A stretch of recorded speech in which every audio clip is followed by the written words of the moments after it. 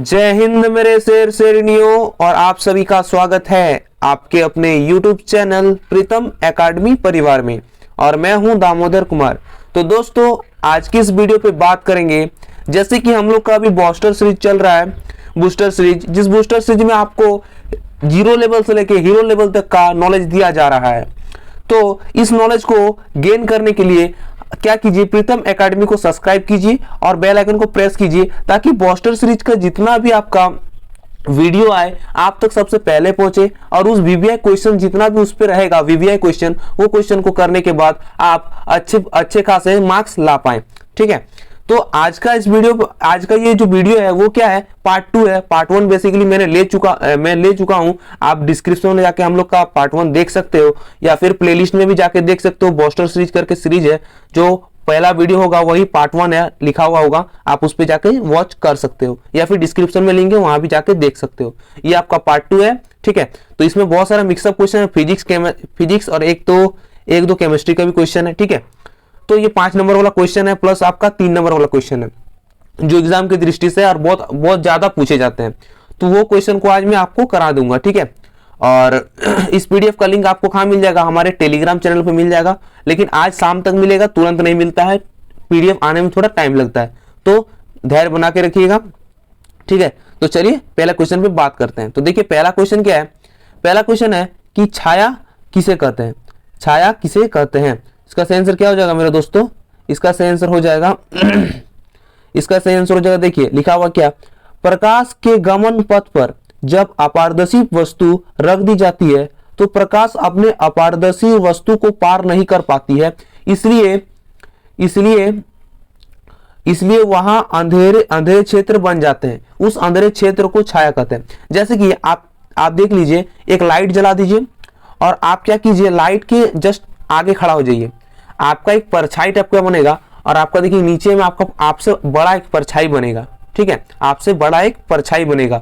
तो वही है, जब कोई वस्तु प्रकाश के आगे आ जाती है, जब वो प्रकाश उस वस्तु को पार नहीं कर पाती है, तो क्या करती है, एक अंधेरा क्षेत्र का निर्माण करती है, और वो अंधेरा क्षेत्र क्या होता है, आपका छाया होता है। ठीक है, बात क्लियर है। चलिए, इसमें आपको 3 नंबर मिल गया। यदि आप इसको याद कर लेते हो तो आपका 3 नंबर आपके हाथ में हो गया।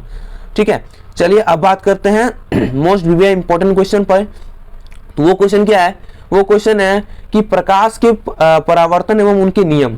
तो ये दोस्तों देखिए, ये सब जितना भी मैं अपने लैंग्वेज में लिखा हूँ और क्या किया हूँ, आपका पीडीएफ का लिंक दे दिया हूँ, टेलीग्राम चैनल पे जाके डाउनलोड कर सकते हो। ठीक है, और देखिए ये सब हाथ से लिखा हुआ है एकदम अपने लैंग्वेज में, जो कि आपको पूरे यूट्यूब में कहीं नहीं मिलेगा और ना ही किसी बुक में आपको मिलेगा। ठीक है, एकदम अपने लैंग्वेज में हट के, सबसे हट के बनाया गया है, ताकि स्टूडेंट को याद करने में बहुत ही आसानी हो, और क्या हो बोर्ड एग्जाम में बहुत ज्यादा ये क्वेश्चन सब हेल्प करे, ताकि वही सब क्वेश्चन पढ़े जो क्वेश्चन सब आपका आए और आपका टाइम बचे। ठीक है, टाइम वेस्ट ना हो। वो ऐसा क्वेश्चन पढ़ के क्या फायदा जो बोर्ड में आएगा ही नहीं, तो वैसा क्वेश्चन पढ़ के आपका टाइम सिर्फ लॉस होगा, टाइम आपका सदुपयोग नहीं होगा, आपका दुरुपयोग में जाएगा। तो दुरुपयोग नहीं करना है, हम लोग को टाइम का क्या करना है, सदुपयोग करना है। और सदुपयोग करने के लिए क्या करना पड़ेगा, मोस्ट वीवीआई इंपॉर्टेंट क्वेश्चन जो हर साल पूछे जाते हैं, वो क्वेश्चन को करना जरूरी है। तो जो कि मैंने आप लोग को करा दे रहा हूं। ठीक है, तो आप इस वीडियो को पूरा फुल वॉच कीजिए और आने वाले और 2 पार्ट को वॉच कर लीजिएगा, ताकि आपका 5 नंबर और 3 नंबर का क्वेश्चन क्लियर हो जाएगा।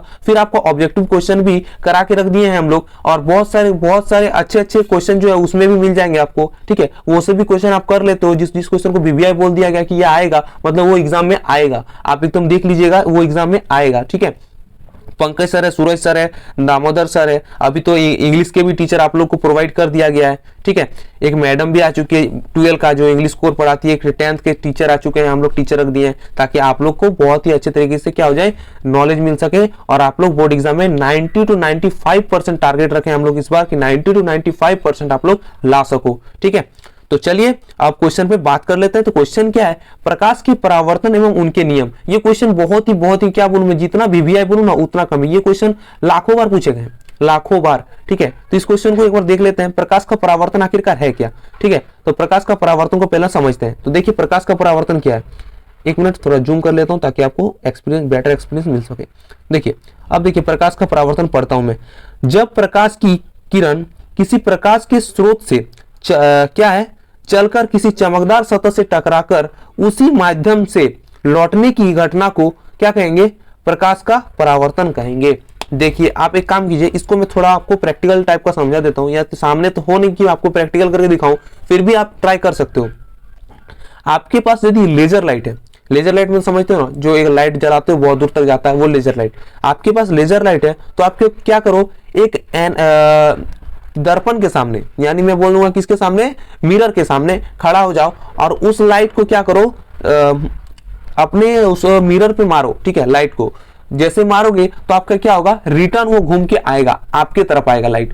तो वही क्या है, प्रकाश का परावर्तन है, ठीक है। चमकदार सतह, यदि बोला गया क्या, जब प्रकाश की किरण किसी प्रकाश स्रोत से वो निकली, ठीक है, जैसे लेजर लाइट से निकल रही है, ठीक है।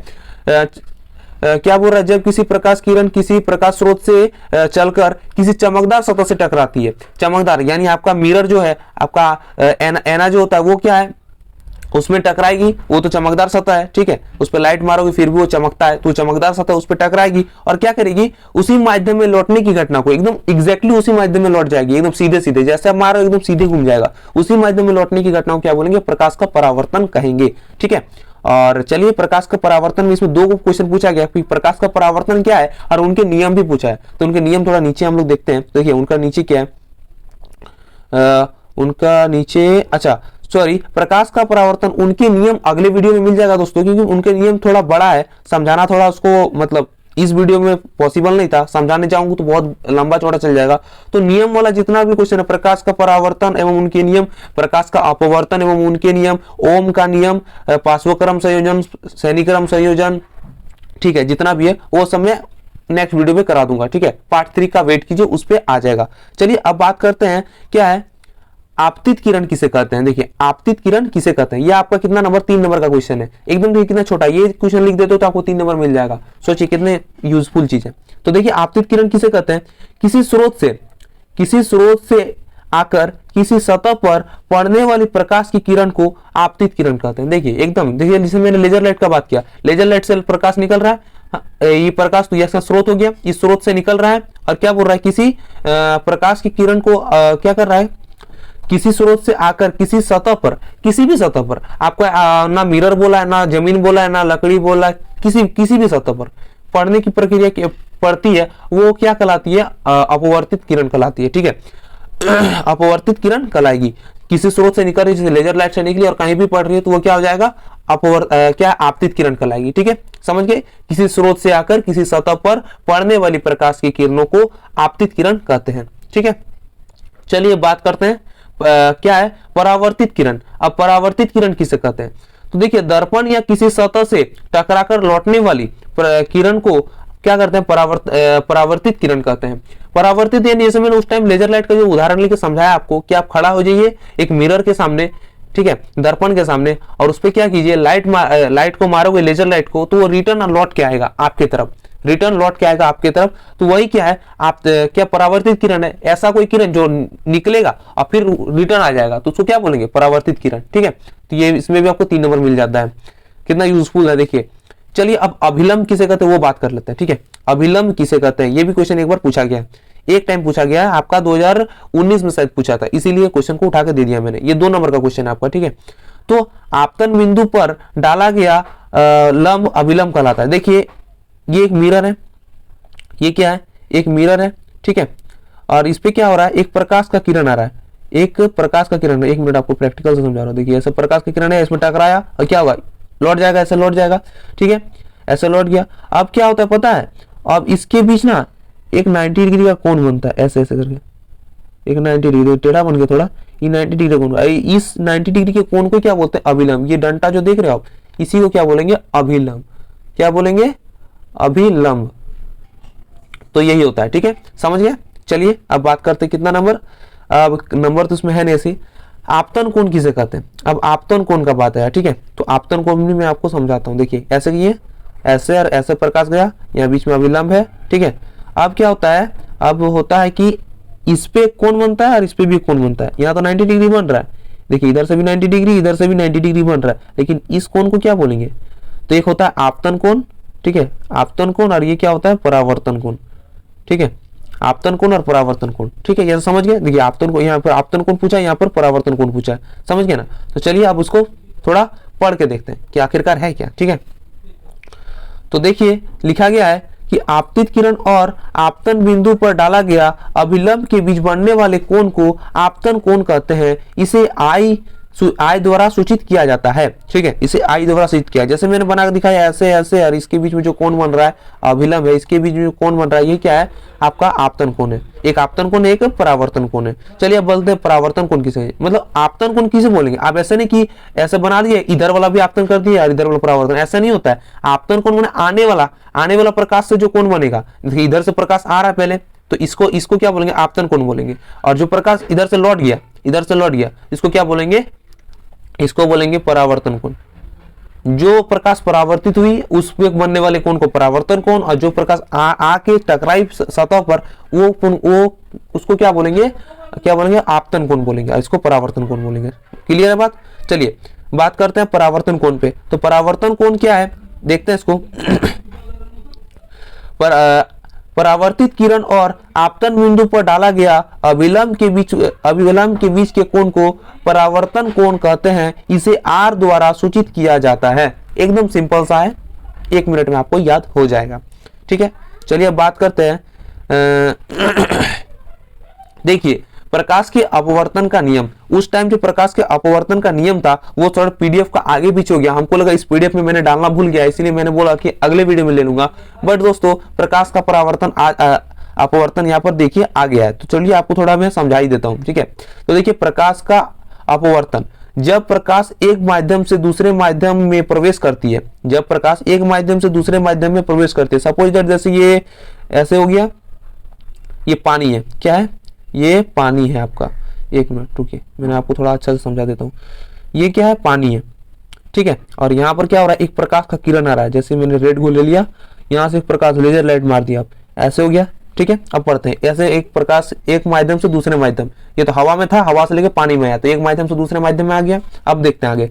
जब प्रकाश एक माध्यम से दूसरे माध्यम में प्रवेश करती है तब प्रकाश की विचलित यानी अपवर्तित होने की क्रिया को, विचलित यानी इसमें फैल जाने की प्रक्रिया को, इसमें ऐसे प्रकाश एकदम सीधा थोड़ी जाएगी नहीं, इसमें फैल जाएगी, तो इसमें फैलने की प्रक्रिया क्या कहलाएगी, अपवर्तन कहा जाता है। प्रकाश का अपवर्तन कहा जाता है। ठीक है, उसमें प्रकाश का परावर्तन का नियम पूछा था, इसमें अपवर्तन। ठीक है, नियम, ये नियम बहुत बार पूछता है। ठीक है, इसको बेसिक तरीके से अगले वीडियो में समझेंगे, अभी नहीं। ठीक है, तो इसमें आपको अभी इतना देखिए, वैसे सेम चीज है कि ये एक सतह है, इस पे क्या हो रहा है, प्रकाश आ रही है, इसमें थोड़ा आप देखिएगा, आप एक काम कीजिएगा, कभी प्रकाश को मारिएगा ना, मतलब आप एक काम कीजिएगा, बाल्टी में पानी ले लीजिएगा। ठीक है, और उस पर पैसा रख दीजिएगा, और आप पैसा को उठाने जाइएगा, देखिएगा आप जहां पर हाथ डालोगे उससे थोड़ा पीछे होगा या फिर उससे थोड़ा आगे होगा, आपको जहां लगेगा वहां पर पैसा नहीं होगा। ये क्या, ये किस लिए होता है पता है ना, ये प्रकाश का अपवर्तन के कारण होता है। ठीक है, चलिए इसको अगले वीडियो में अच्छे से समझेंगे। अब बात करते हैं प्रकाश का वर्ण विक्षेपण, जो अगले वीडियो में मैंने वो इंद्रधनुष वाला बताया था, वर्ण विक्षेपण के कारण होता है। तो इसीलिए वो वीडियो को जो देख लिए उसको समझ आएगा कि वर्ण विक्षेपण क्यों पढ़ रहे हैं और किस लिए पढ़ रहे हैं। ठीक है, तो वो वीडियो नहीं देखे तो जाके एक बार वॉच कर लीजिए, फिर इस वीडियो को देखिए तो आपका ज्यादा अच्छा होगा। ठीक है, तो चलिए अब बात करते हैं प्रकाश का वर्ण विक्षेपण पर। तो वर्ण विक्षेपण क्या है देखिए, तो जब श्वेत प्रकाश या सूर्य का प्रकाश एक प्रिज्म से गुजारा जाता है। ठीक है, जब श्वेत प्रकाश माने व्हाइट लाइट को जब एक प्रिज्म से गुजारा जाता है, प्रिज्म नहीं ऐसा होता है, ऐसा होता है ना प्रिज्म, इसमें गुजारा जाता है, तो प्रिज्म से अपवर्तन के उपरांत विभिन्न रंग में विभक्त होने की घटना को प्रकाश का वर्ण विक्षेपण कहा जाता है। ठीक है, प्रकाश का वर्ण विक्षेपण कहा जाता है। तो समझ गए वर्ण विक्षेपण क्या है, जब श्वेत प्रकाश एक क्या हो रही है, श्वेत प्रकाश में व्हाइट लाइट आ रही है। ठीक है, व्हाइट लाइट यानी सूर्य का प्रकाश में भी 7 रंग होता है, इसको भी बोल सकते हैं श्वेत प्रकाश। तो श्वेत प्रकाश या सूर्य का प्रकाश जिसमें 7 रंग पाया जाएगा वही। ठीक है, तो श्वेत प्रकाश या सूर्य का प्रकाश लिख सकते हैं हम लोग। तो सूर्य का प्रकाश जब प्रिज्म से होकर गुजारा जाता है, जब प्रिज्म से गुजारा जाएगा तो वो 7 रंगों में विभक्त होगा। ठीक है, तो प्रिज्म से अपवर्तन के उपरांत विभिन्न रंगों में विभक्त होने की घटना को, विभिन्न रंगों में 7 रंगों में जो विभक्त हो रही है उस घटना को क्या बोलेंगे, प्रकाश का वर्ण विक्षेपण कहेंगे। ठीक है, समझ गए। चलिए बात करते हैं अब फिजिक्स में आ गए। देखिए अब इसमें बहुत ही अच्छा क्वेश्चन मिलेगा आपको, विद्युत वाला। ठीक है, विद्युत का, जैसे विद्युत में एक 3 क्वेश्चन ऐसा है जो बहुत ज्यादा पूछता है। हाँ, मतलब 90% चांस रहता है पूछने का। वो क्या है पता है देखिए दोस्तों, गला में बहुत ही खराश है, बहुत ज्यादा प्रॉब्लम हो रही है बोलने में, फिर भी आप लोग के लिए वीडियो लिया जा रहा है। तो आप लोग का क्या फर्ज बनता है आप लोग जानते हो। मैं हर वीडियो में नहीं बोल सकता कि वीडियो को लाइक कीजिए या चैनल को सब्सक्राइब कीजिए। आपको लगता है कि नहीं सर लोग मेरे लिए मेहनत कर रहे हैं, दिन रात हम लोग के लिए वीडियो ले रहे हैं, ठीक है, तो आप लोग क्या कीजिए, चैनल को सब्सक्राइब कर लीजिए और एक लाइक जरूर कर दीजिए, ठीक है। चलिए बात करते हैं विद्युत। विद्युत किसे बोलते हैं, ठीक है। तो गिलबर्ट के अनुसार, गिलबर्ट एक वैज्ञानिक था, उसके अनुसार कुछ वस्तु जैसे कांच, अंबर इत्यादि को रगड़ने पर वो हल्की वस्तु को आकर्षित करने का गुण आ जाता है, इसी गुण को विद्युत कहते हैं। जैसे कांच हो गया, अंबार हो गया, इसको क्या करेंगे, हल्का सा रगड़ेंगे ना तो उसमें आकर्षण का गुण आ जाएगा। जैसे मैं एक बात बताता हूं, आप क्या कीजिए, कंघी ले लीजिए और अपने बाल पर रगड़िए। अपने बाल पर रगड़ेंगे ना तो उसके बाद क्या कीजिए, थोड़ा सा कागज का टुकड़ा रख दीजिए, उस कंघी को उसके पास लीजिए, देखिएगा वो चुंबक की तरह लटकने लगेगा, ठीक है। तो इसी प्रक्रिया को क्या बोलते हैं, खिंचाव की जो प्रक्रिया है उसी को क्या बोलेंगे, विद्युत कहेंगे, ठीक है, उसी को विद्युत कहेंगे, ठीक है। अब चलते बात करते हैं विद्युत धारा। विद्युत धारा बहुत इंपॉर्टेंट है, जो आपका 3 नंबर का क्वेश्चन है, ठीक है। देखिए विद्युत धारा किसे कहते हैं, विद्युत आवेश के प्रवाह के दर को विद्युत धारा कहते हैं। माने एक मिनट में, 1 सेकंड में जितना विद्युत प्रवाह हो रही है, जितना विद्युत जा रही है तार में, उसको क्या बोलेंगे, प्रवाह की दर को विद्युत धारा कहेंगे, ठीक है। अब बात करते हैं विद्युत आवेश के प्रवाह के दर को विद्युत धारा कहते हैं। इसे आई द्वारा सूचित किया जाता है, इसे आई द्वारा सूचित किया जाता है। अब फिर यहाँ पर देखिए क्या है, यहाँ पर है आपका कि विद्युत धारा आई यानी आवेश बटा समय, विद्युत धारा इक्वल टू आई बटा आवेश बटा समय, यानी आपका क्या हो जाएगा, आई बाई टी, ठीक है, ये हो जाएगा आई बाई टी, ठीक है। तो इसमें भी आपका आई या फिर क्यू भी बोल सकते हैं, इसको क्यू बाई टी भी बोल सकते हैं, ठीक है, क्यू बाई टी अर्थात क्यू बाई टी, ठीक है, आई बाई टी या फिर क्यू बाई टी, जो ऑप्शन में रहेगा वो टिक लगा लीजिएगा। तो देखिए बुक में आपका क्यू बाई टी है तो आप ऑब्वियसली क्यू बाई टी ही लगाइएगा, ठीक है। तो देखिए ऐसा फॉर्मूला एक निकल के आता है, आपको ऑब्जेक्टिव में पूछ सकता है या फिर 2 नंबर का क्वेश्चन पूछ सकता है कि विद्युत धारा किसे कहते हैं, इसका फॉर्मूला लिखिए, ठीक है। तो उस पर लिखना पड़ेगा, सूत्र क्या होता है, संबंध लिखिए आपस में, तो फिर लिखना पड़ेगा। तो देखिए I equal to Q by T और टी इक्वल टू क्या हो जाएगा, यदि आपका I equal to Q by T होता है, टी इक्वल टू क्या हो जाएगा, क्यू इक्वल टू होगा आई बाई टी हो जाएगा, और फिर यदि आपको टी इक्वल टू पूछा तो क्यू बाई आई हो जाएगा, ठीक है। तो क्यू इक्वल टू देखिए आई इंटू टी, इसमें यही फॉर्मूला से 2 फॉर्मूला बना दिया गया है, इसमें कुछ सोचने वाली बात है नहीं। अब देखिए विद्युत धारा का ऐसा मात्रक क्या होता है, एम्पियर होता है। ये आपका 1 नंबर में क्वेश्चन अगले बार जो क्लास 10th का 2022 का एग्जाम है उसमें पूछा गया था ऑब्जेक्टिव में कि विद्युत धारा का ऐसा मात्रक क्या है, तो एम्पियर। जिन दिन में लगा के आया उसका सही आंसर हो चुका है, ठीक है। अब बात करते हैं कि एम्पियर जो होता है, एम्पियर होता क्या है, 1 एम्पियर को परिभाषित कीजिए, ऐसा दे देता है क्वेश्चन, ठीक है। 2 नंबर में आपको पूछेगा कि 1 एम्पियर को परिभाषित कीजिए, तो क्या बोलोगे कि 1 एम्पियर की विद्युत धारा प्रति सेकंड में 1 कूलम आवेश प्रवाह होती है, इसी को क्या बोलेंगे, मतलब आपका जो है प्रति सेकंड, यदि विद्युत धारा में प्रति सेकंड 1 कूलम आवेश प्रवाह हो रही है तो उसको क्या बोलेंगे, 1 एम्पियर बोलेंगे, ठीक है। प्रति सेकंड में यदि 1 कूलम आवेश क्या हो रही है, प्रवाह हो रही है, तो उसको क्या बोल देंगे, 1 एम्पियर बोलेंगे, समझ गए। तो अर्थात 1 ampere equal to 1/c into 1/s, ठीक है, 1 coulomb by 1 second, 1 ampere equal to 1 coulomb by 1 second, ये हो जाएगा आपका सही आंसर, ठीक है। चलिए बात करते हैं विद्युत आवेश किसे बोलेंगे। ये आपका आ जाता है 3 नंबर वाला क्वेश्चन कि विद्युत आवेश प्रत्येक वस्तु का वह गुण होता है जो विद्युत बल आरोपित करता है, विद्युत बल आरोपित करता है या आरोपित करने की प्रवृत्ति रखता है। प्रवृत्ति यानी आपका क्षमता रखता है या उस तरह का जो है उसके पास गुण है जो वो कर सकता है, विद्युत बल आरोपित कर सकता है, ठीक है। आपके पास पेंटिंग करने का गुण है तो आप पेंटिंग कर सकते हो, उसी प्रकार विद्युत बल आरोपित करने का उसके पास क्षमता है तो वो कर सकता है, ठीक है।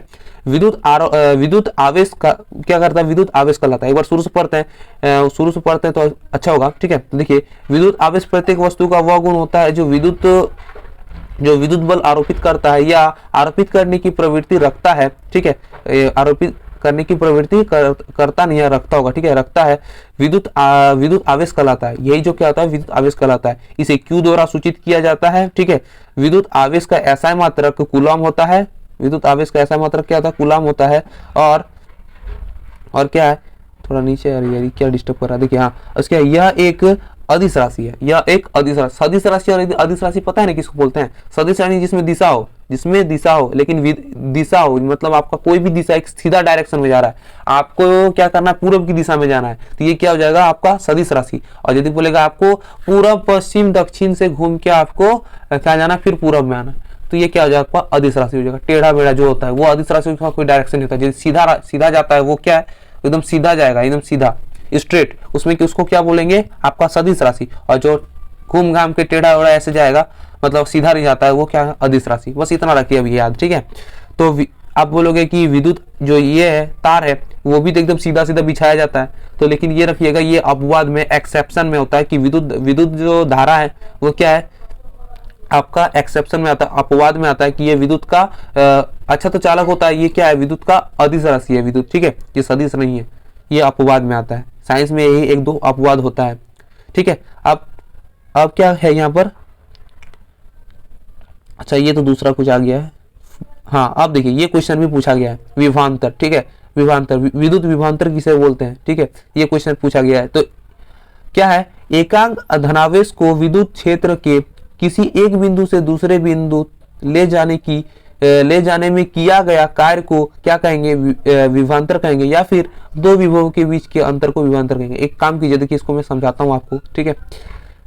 हाँ देखिए ऐसे हो गया, यहाँ एक विद्युत चार्ज है, इसको उठा के यहाँ पर लाया गया, यहाँ पहले से एक दो है, ठीक है, एक दो पहले से यहाँ चार्ज रखा हुआ है, इस चार्ज को उठा के यहाँ पर लाया गया इस जगह पे, ठीक है, इस चार्ज को उठा के इस चार्ज पे रखा गया। उसके बाद क्या है, देखिए इस दोनों के बीच के जो यहाँ से लेके यहाँ तक जो आया, इसमें किया गया कार्य, ठीक है, W यहाँ पर किया गया कार्य, और प्लस इन दोनों के बीच के अंतर को क्या बोलेंगे, विभवांतर कहेंगे। या फिर आप ऐसे भी 2 नंबर में पूछता है तो ये लिख दीजिएगा कि दो विभवों के बीच के अंतर को विभवांतर कहते हैं। या फिर ऐसा जब 3 नंबर क्वेश्चन पूछता है तो ऐसा लिखना पड़ेगा कि एकांक धनावेश विद्युत को एक क्षेत्र से किसी दूसरे क्षेत्र में, ये एक क्षेत्र में था, इसको उठा के दूसरे क्षेत्र में लाया गया, ठीक है, दूसरे बिंदु तक ले जाने में किया गया कार्य, इसमें किया गया कार्य, देखिए किया गया कार्य की मात्रा को विभवांतर कहते हैं, किया गया कार्य की मात्रा को विभवांतर कहते हैं, ठीक है, डिस्टेंस को जो, ठीक है। तो अर्थात दो विभवों के बीच के अंतर को विभवांतर कहते हैं, ठीक है, ये क्लियर हो गया। चलिए अब नेक्स्ट क्वेश्चन पे बात करते हैं। अब नेक्स्ट क्वेश्चन VVI क्वेश्चन है कि 1 वोल्ट को परिभाषित कीजिए। जैसे वहां पर 1 एम्पियर को परिभाषित करने बोला था, यहाँ पर 1 वोल्ट को परिभाषित करने बोल रहा है, ठीक है। तो यदि 1 कूलम आवेश एक बिंदु से दूसरे बिंदु तक ले जाने में किया गया कार्य 1 जूल हो तो उन दो बिंदुओं के बीच का विभवांतर 1 वोल्ट होता है। देखिए इसको मैं थोड़ा समझा देता हूँ कि देखिए जैसे यहाँ पर ये हो गया, ठीक है, जैसे मैंने यहाँ पर बताया कि यहाँ कोई एक ये है चार्ज है, ठीक है, और यहाँ पर पहले से क्या है, पहले से 1 2 चार्ज रखा हुआ है, ठीक है। अब इसको क्या किया गया, यहाँ से उठा के यहाँ पर लाया गया, यहाँ पर। अब क्या यहाँ पर जो लाया गया कार्य है, ठीक है, यहाँ पर लाया गया, यदि 1 कूलम आवेश को एक बिंदु से दूसरे बिंदु तक ले जाने में लेके आ गए, ठीक है, ले जाने में किया गया कार्य, यहाँ पर जो किया गया कार्य है, इसमें जो यहाँ से यहाँ तक जो लेके गए समय लगा, उसमें जो किया गया कार्य है वो क्या है, 1 जूल हो, 1 जूल। अब 1 जूल किसे बोलते हैं ये भी आपको जानना चाहिए, 9th क्लास का क्वेश्चन है, छोटे बच्ची वाली बात होती है, 1 जूल किसे कहते हैं, ठीक है, वो आप देख लीजिएगा, ठीक है। तो 1 जूल किसे कहते हैं आप देख लीजिएगा। तो किया गया कार्य 1 जूल हो तो क्या होगा, तो उन दोनों बिंदुओं के बीच का विभवांतर, तो इन दोनों बिंदुओं का बीच का विभवांतर कितना होगा, 1 वोल्ट होगा, और इसको 1 वोल्ट बोलेंगे, ठीक है, 1 वोल्ट होगा। इन दोनों के बीच का विभवांतर कितना होगा, या फिर इन दोनों का बीच का विभवांतर 1 वोल्ट होगा, 1 वोल्ट होगा, ठीक है। इसी को क्या बोलेंगे, 1 वोल्ट को ऐसे क्या कर सकते हैं, परिभाषित कर सकते हैं, ठीक है। तो देखिए 1 volt equal to 1 joule by 1 coulomb. चलिए अब बात करते हैं नेक्स्ट क्वेश्चन पर, और नेक्स्ट क्वेश्चन नहीं है, यहाँ पर PDF हम लोग का खत्म हो जाता है, ठीक है। तो पार्ट 2 ये आज आपका खत्म हो गया, ठीक है। कैसा लगा कमेंट सेक्शन में जरूर बताइएगा, और पोस्टर सीरीज आपका बहुत ही हेल्प करने वाली है, तो इसीलिए प्रीतम एकेडमी क्या कीजिए, सब्सक्राइब कर लीजिए और बेल आइकन को प्रेस कर दीजिए, और क्या कीजिए अपने उन दोस्तों तक शेयर कीजिए जो बहुत ही कमजोर है और जो अभी तक नहीं पता कि प्रीतम एकेडमी पर बहुत ही अच्छे तरीके से पोस्टर सीरीज से आपका 0 लेवल से हीरो लेवल तक का नॉलेज दिया जा रहा है, ठीक है। तो उनको नॉलेजेबल करने के लिए अपने सिर्फ मत पढ़िए, दूसरों को भी पढ़ने का मौका दीजिए, क्योंकि बोला गया है कि विद्या बांटने पर बढ़ता है, विद्या बांटने पर घटता नहीं, ठीक है। ये मन में ईर्षा मत रखिएगा, जो ईर्षा रखते हैं उनका रिजल्ट हमेशा खराब होता है, ये याद रखिएगा। हम मन में ईर्षा नहीं रखिए, आप सोचिए कि मेरा बोर्ड एग्जाम सिर्फ अपने से है और किसी से नहीं, ठीक है, बोर्ड एग्जाम मेरे अपने से है, किसी दूसरे ने कि उसको मैं बता दूंगा तो मेरा क्या हो जाएगा, नंबर कम आ जाएगा। ये गलत नॉलेज है, ये गलत चीज होता है। ये चीज आप कभी अपनाइएगा नहीं। स्टूडेंट का सबसे पहला गलती यही होता है कि उस ईर्षा मन में आ जाता है कि नहीं उससे हमको ज्यादा लाना है, उससे हमको ये। ऐसा क्या है, आप अपने में रखिए कि हमको कितना परसेंटेज लाना है, उससे बेटर कीजिएगा तो उससे ज्यादा आएगा, जितना सोचते उससे ज्यादा आएगा, ठीक है। लेकिन किसी दूसरे से कंपेयर मत कीजिएगा, कंपेयर करना बहुत ही गलत। उसको देख के सीखिए कि वो इतना ला रहा तो मैं क्यों नहीं ला सकता हूँ, ये सीखिए। लेकिन ऐसा नहीं कि वो इतना ला रहा है तो मैं इससे ज्यादा लाऊंगा, इसको हराऊंगा, इसको ये वगैरह वगैरह, ये सब गलत बात है ना। ये सब नहीं करना है आप लोग को, ठीक है। ये सब नहीं करना है। जो मैं बोल रहा हूँ एकदम हमेशा कान में एकदम बांध के रखिए, एकदम गांठ बांध लीजिए कि नहीं मुझे नहीं करना, मतलब नहीं करना। मेरा बोर्ड एग्जाम सिर्फ खुद से, कंपटीशन मेरा खुद से है। वहां मैं घुस जैसे ही उस पे घुस जाऊं तो मुझे कुछ नहीं आता है, मुझे सिर्फ लिखना आता है। अपना मेरे माइंड में जो नॉलेज है, जो मैंने प्रीतम एकेडमी से सीखा है, जो मैंने बुक से सीखा है, वो चीज मैंने लिखूंगा और क्या करूंगा, अच्छा नंबर से आशा कीजिएगा कि मेरा अच्छा से अच्छा नंबर आए। और हाईलाइट करके कैसा कोई पेपर को लिखा जाएगा, ठीक है, किस प्रकार से पेपर को लिखे कि एकदम फुल में फुल मार्क्स आए, ठीक है। वैसा मेरा खुद का 90% आया था बोर्ड में, ठीक है, बोर्ड में 90% आया था। आज मैं आप लोग को बता देता हूँ तो किस प्रकार से लिखा था। मेरे को जितना उतना तो मैंने पढ़ा भी नहीं था, लॉकडाउन के टाइम था, ठीक है, तो उतना पढ़ा भी नहीं था, ठीक है। अभी मैं 12th पास कर रहा हूँ, ठीक है, तो मैं उतना पढ़ा भी नहीं था।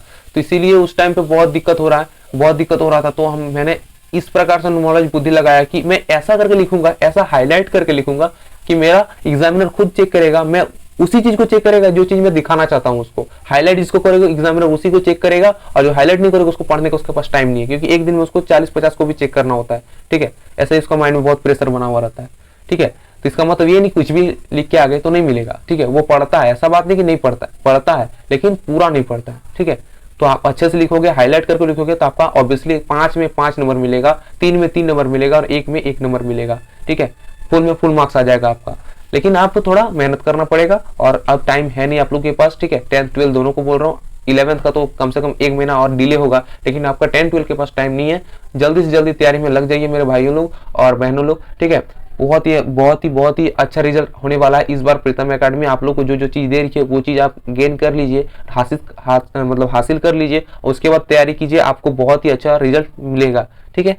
तो क्या बोला गया कि रख हौसला वो मंजर भी आएगा, प्यासे के पास चलकर एक दिन समंदर भी आएगा, ठीक है। कि रख हौसला वो मंजर भी आएगा, प्यासे के पास एक दिन चलकर समंदर भी आएगा। और तू थक कर न बैठ ए मंजिल के मुसाफिर, तू थक कर न बैठ ए मंजिल के मुसाफिर, मंजिल भी मिलेगा और मिलने का मजा भी आएगा।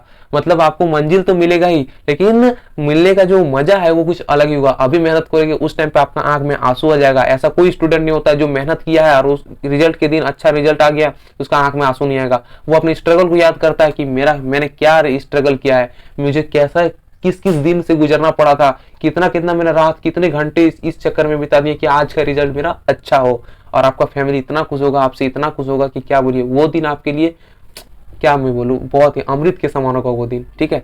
तो वो दिन लाने के लिए कुछ नहीं करना पड़ेगा, सिर्फ आज टाइम आपको देना पड़ेगा। अब आपके पास 2 महीना टाइम बचा है। इस 2 महीना में आप बूस्टर सीरीज में जितना कुछ पढ़ा रहा हूं मैं उसको खाली ये कर लीजिए, हासिल कर लीजिए और माइंड में रख लीजिए, ठीक है। आपका ऑब्वियसली एकदम 80 से 95 के बीच ही नंबर आएगा, उससे कम नहीं आने दूंगा, ठीक है। उससे ज्यादा आएगा, 95 से ज्यादा चल सकता है, लेकिन 95 से कम जो आएगा तो आपका कितना आएगा, 80% तक लास्ट ब्रेक करेगा, उससे नीचे आपका आने नहीं दूंगा। यदि मेरे पंकज सर और सुरेश सर का यदि बात को फॉलो करते हो तो, ठीक है।